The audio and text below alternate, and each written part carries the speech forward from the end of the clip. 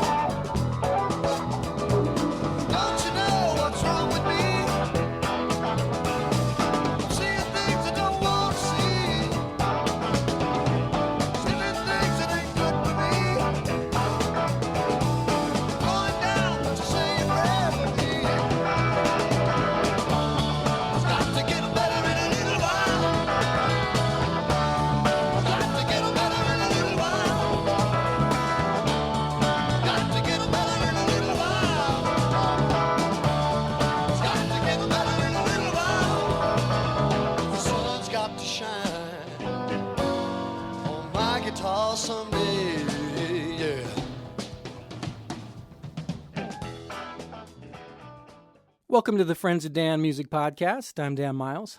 You've been listening to the music of Derek and the Dominoes. I'm sure you all recognize the unmistakable voice of Johnny Cash there, introducing the band. Well, my guest today is best known for being a member of that legendary band. There's a lot more to his story. He's recorded with and written songs for a number of top-selling artists, and earlier this year, he released his autobiography, which quickly became a bestseller in its own right. Joining me now on the phone from Austin, Texas, to talk about his book and his music is Bobby Whitlock. Hi, Bobby. Welcome to the show. Yeah, thank you for having me.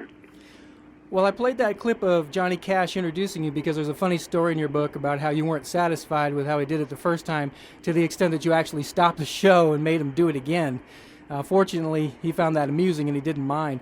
What was it that bothered you? What he had done was when he introduced us, he introduced us all, like we were from England. And I had, he said, ladies and gentlemen from London, England, Eric Clapton, Derek and the Dominoes. And he went, Eric Clapton, Jim Gordon, Carl Radle, and he's getting ready to say Bobby Whitlock. And I had my whole family down on the front row, Granny Whitlock and my Uncle Tommy and Aunt Ginger and their kids and my mama and my sister down on the front row. And just as he's getting ready to call my name on the thing, I just held my hand up like I was in school. and I said, hang on, hold it just a minute. I said, I'm from Memphis, and he's from California, and he's from Oklahoma. And then Johnny Cash started laughing, and then the director, everybody said, cut. And so they had to walk. He walked off. The whole place cracked up. He walked off and came back on, and ladies and gentlemen, and then he went introducing Bobby Whitlock, right. He put me first on it. He put you first. Well, it's good that you cleared that up. I mean, 3 out of 4 band members are not from England, It's funny because you mentioned it was a live broadcast, but there was a tape delay, so you're able to redo it. They had just a minute or something, if something went wrong to where they could get back to it, I remember they were hurrying on with it. I saw him, he and his wife and son, Johnny and June, and John Jr., and not too much longer after that, probably 6 or 7 months.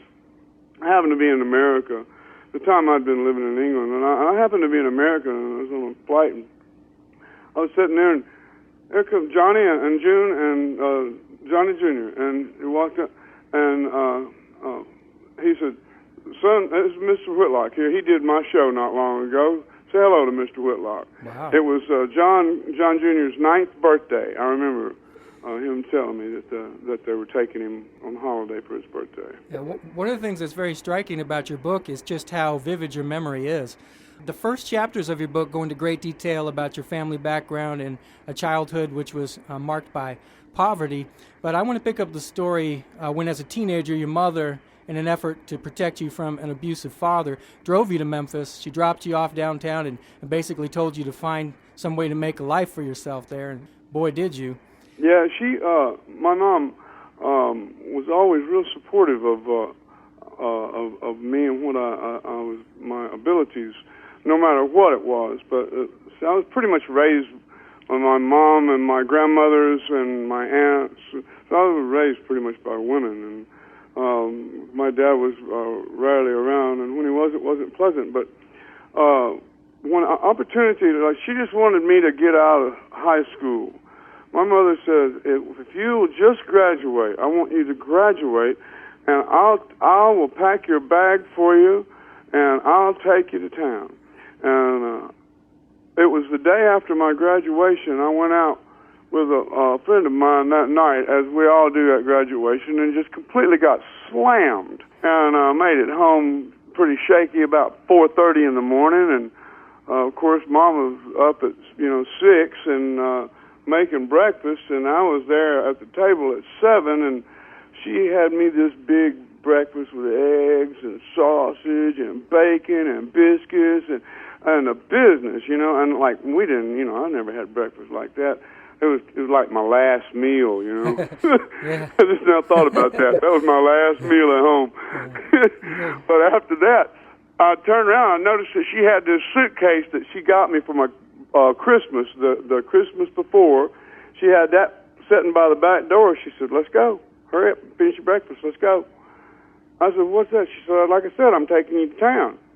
And she did. She threw the guitar in the back seat and took me to Memphis and stopped at the corner of Stonewall and Poplar and let me off. Gave me $50 and a ham sandwich and a pickle from home.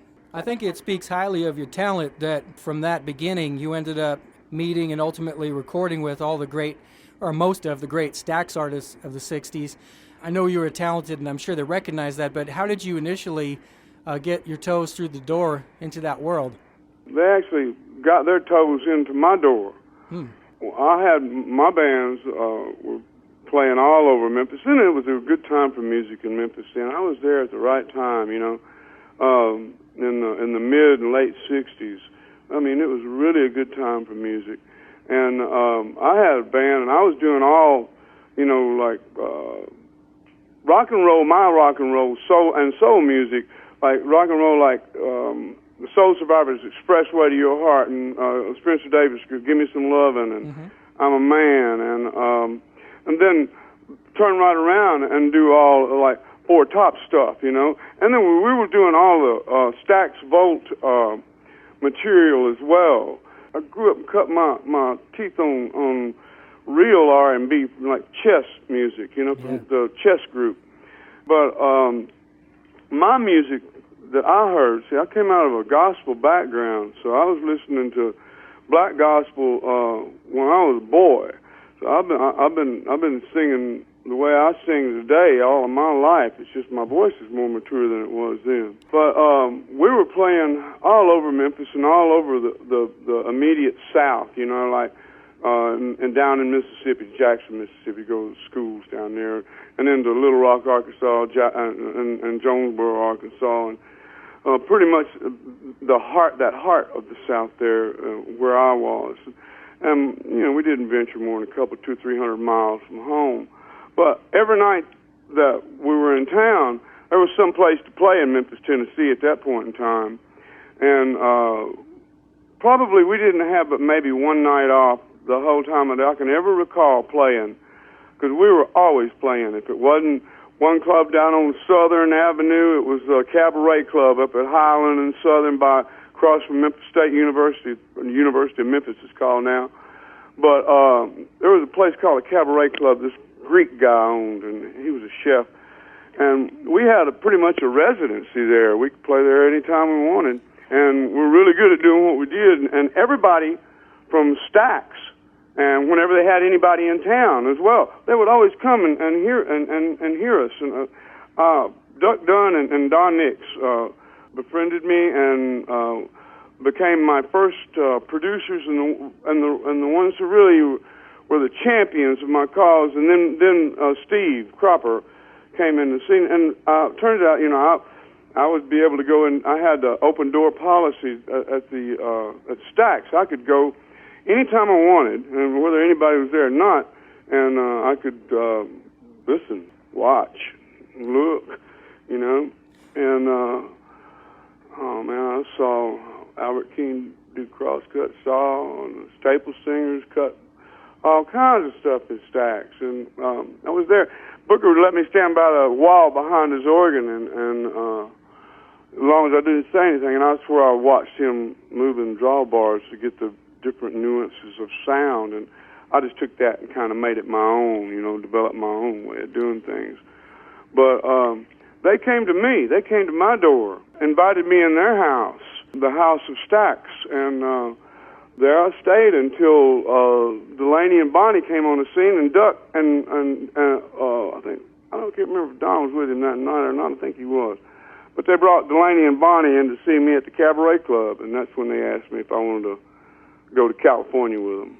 Yeah, well, most people probably think of, when they associate Memphis and music, it probably starts with Sam Phillips, the $1 Million Quartet of Elvis Presley, Carl Perkins, Jerry Lee Lewis, and Johnny Cash. You had mentioned Booker T and the MGs with Steve Cropper and Duck Dunn, Albert King, Staple Singers, Otis Redding, Isaac Hayes, artists like that. And since they had recognized you on the scene as an up-and-coming local star and wanted to record you as a solo artist, I was curious why you decided to take a supporting role and move to Los Angeles with Delaney and Bonnie instead. It was an opportunity, was not only knocking, was just banging on the door. Mm-hmm. And I hadn't been on the west of Mississippi River, except as far as about Little Rock, Arkansas. That was about it. Or Texarkana, as a matter of fact. We played a place called the Pines Ballroom in Texarkana. Had a white line going right down the center of it. Half of the club was in Texas, and half of it was in Arkansas. But that's as far west as I'd ever been. 1 foot in Texas while I was singing Kansas City. And had 1 foot in Texas and 1 foot in Arkansas, standing on stage singing Kansas City for those people. But it's just one of those things, So part of the appeal was just going to California itself and doing some traveling. It was like California, man, to go to L.A., Hollywood, wow. That was incredible opportunity, Mm-hmm. So I didn't even think twice about it. I wanted to do it so badly that when they asked me, I accepted right in front of Duck Dunn. Yeah. I said, yes, man. And that was probably like a Wednesday or a Thursday, and I was gone on the Saturday. Well, we should point out you're a very young man, probably barely 20, if even. I was 17 years old. This is what I'm saying. A lot of 17-year-olds haven't been out, coast to coast yet. No, I was like 20, 21 when we recorded the Layla album. Well, Delaney and Bonnie and Friends went out on tour as the opening act for Blind Faith, who was being touted as rock's first supergroup. But in retrospect, would you agree that your own lineup of Leon Russell, Dave Mason, Rita Coolidge, Bobby Keys, Jim Price, Carl Radle, Jim Gordon, Jim Keltner, yourself, and of course Delaney and Bonnie was the real supergroup? Well, I got to say, we weren't stars then. I know, but in retrospect. But when talking about a supergroup, well, we were. That band was, when it was at its zenith, was awesome. We were a really tough act to follow. It gave Blind Faith some hardships trying to follow us. Mm-hmm. Jim Gordon was a drummer not to be taken lightly, and Ginger Baker had a hard time shaking off what Jim Gordon just got through doing before he got up on stage, like rocking it to the hilt. But that band was an awesome band. You're talking about that supergroup. Supergroup was when we went to England and did the live thing. That was the supergroup. Then we had Dave Mason, George Harrison, and Eric Clapton as our 3 other guitar players. Pretty decent group. Not a bad lineup. Mm-hmm. Well, the Blind Faith tour is when you met Eric Clapton. As you were saying, he preferred your music so much to Blind Faith that he actually more or less joined your band, and he wanted to serve in a supporting capacity, but when you guys toured Europe, the promoters billed the show as Eric Clapton Presents Delaney and Bonnie, which might have helped him sell more tickets, but it also created the impression it was going to be an Eric Clapton concert, and that led to rioting by disappointed fans. Were there ever any situations where you actually feared for your safety? Well, there was one particular time, and it happened in Cologne, Germany, and that very billing that you just mentioned, Eric Presents, when they saw Eric Clapton's name in the front, they didn't even care about who he was presenting. They figured he's going to be coming up there singing Sunshine of Your Love in White Room. And that wasn't the case at all. And we were getting booed and whistles and stuff. I mean, it was just a bad scene when Delaney and Bonnie and us, so we got up there. And so we had to leave the stage, and it was pretty scary. And the only time, well, I'll tell you, but there was a time after when Derek and the Dominoes were together, and I just got through reading about the Roundhouse, where Amy Winehouse did her last show was at this Roundhouse in London. But we did Roundhouse, and it was a place, the Roundhouse is where they turn around the trains at the end of the track, you see. A great big building with kind of a cone top ceiling. But this one we did was in Nottingham, and there was 9 bars, and the place was packed full of skinheads and barber boys, and skinheads and hippies, long-haired hippies. And the skinheads were the barber boys, and tough guys. And boy, we started playing like Let It Rain or something, and the promoter come up the side of the stage and said, hey man, you guys need to turn it down, man. This place is going crazy. This fight started out in front. 2 guys, skinhead and a long-haired hippie. And skinhead had the hippie's hair wrapped up in his left hand and was wearing him out with a right. Round and round they went. The man came up, he says, you need to turn this down, man. This is calm this crowd down. And Eric said, what did he say? I said, we need to turn it up a bit. So we fired it up, and man, we just kept playing and playing, and the fight broke out. It went round. The next thing you knew, the whole room was in a big brawl.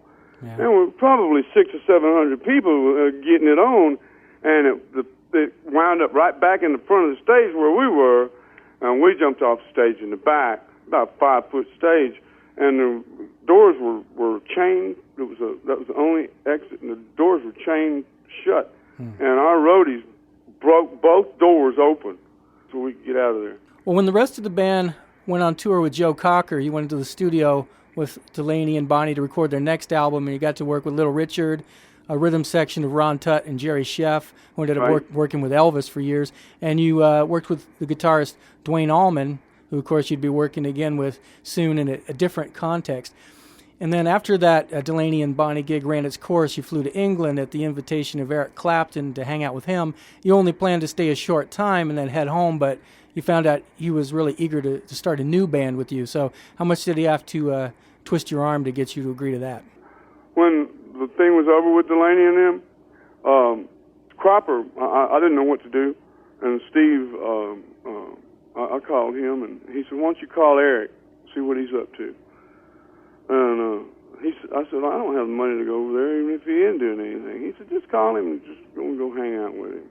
And then call me back and see what he says. Well, I called Eric. I picked up the phone right after I hung up with Steve, called Eric, asked him what he's up to, and he said he's getting his hair cut. And I said, Delaney Bonnie thing is kaputs, and I need a break from all the madness and mayhem. He said, come on over. I said, cool. And it was another one of those Wednesday deals or Thursday, and I was gone 2 days later, And I took a black cab from the Heathrow airport, and he was all excited about going to Mr. Clapton's house. And about an hour later, we got there, and I didn't have hardly any of my money left because it all went to the cab fare. And Eric came out and he said, what you doing here? I said, well, you said, come on, here I am. And he put his arm around me. We walked on into the house and told me to pick what room I wanted. It was just he and I, his dog Jeep, and his guy that worked with him at the time, Don. And we started off our relationship like we had left it. We were just sitting down having a cup of tea, and we didn't pick up guitars and do all that business. We didn't even touch a guitar for a couple of days. just got all settled in, and he drove me around all over the countryside and showed me where he grew up and introduced me to some of his friends. And then the next thing you know, we started messing around with guitars and started writing. The first song that we wrote was I Looked Away, and it just all happened from there, you know. And Carl Radle joined you on bass, and you wanted Jim Keltner, but he wasn't available. Wanted Keltner, but Gordon stormed over. He stormed in on it. Jimmy says now, he said that Jim Gordon has taken 2 gigs from him. He said the one with Delaney and Bonnie and the one with Derek and the Dominoes. But Keltner didn't do too bad, with his career. He's had an incredible career, Jim Keltner.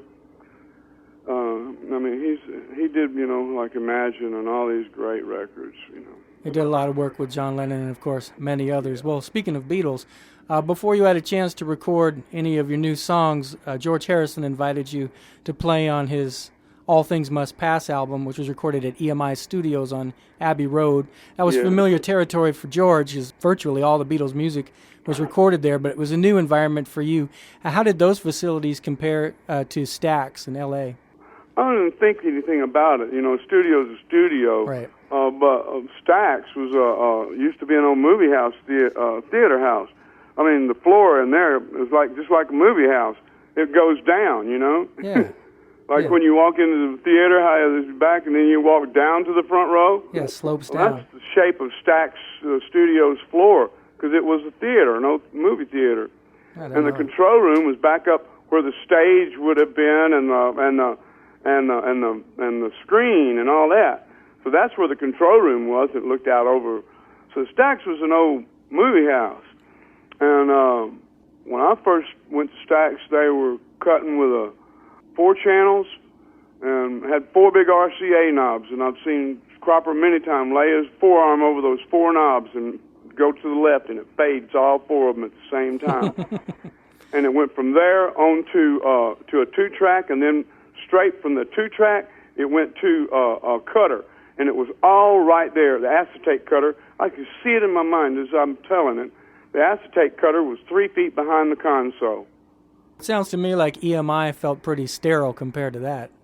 Yeah, well, Stax was real organic. Yeah. I mean, but EMI was just a huge sound stage, Yeah. And probably 30-foot or more foot ceilings.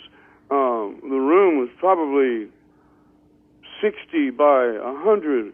Massive room, massive room. Of course, those sessions were produced by Phil Spector, who's notorious for his odd behavior. What was your own personal experience like working with him as a producer?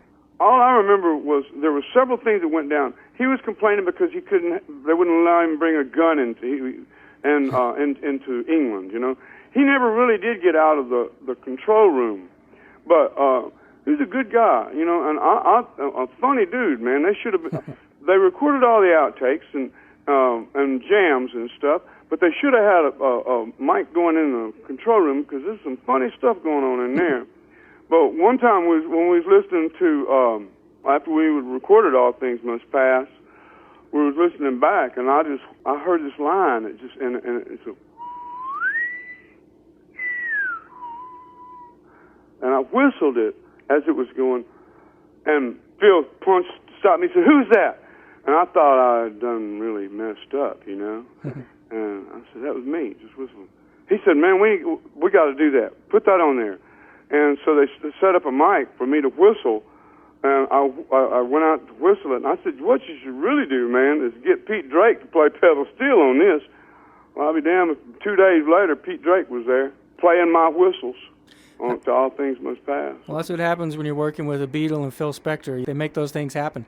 Well, yeah, it was crazy. I mean, I told him, I said, "You need to get Pete Drake to play pedal steel, man." And sure enough, and I saw the guy that was Pete's guy in Nashville some years back, and he said, "Oh, that was huge big deal for Pete to come over there." Wow. And they knew that I was behind it and all. I mean, it was a lot of fun. Well, it's amazing to hear all that. I was driving down the road the other day, and My Sweet Lord came on, and I started singing along with it, and I sang my voice, and I went, "There I am," and it's because that song is only George and me singing all the backgrounds. Hare Krishna, Krishna Krishna, Rama Rama, Hare Vasa, all that. That's me and George. And then he overdubbed a whole bunch of other vocals after that.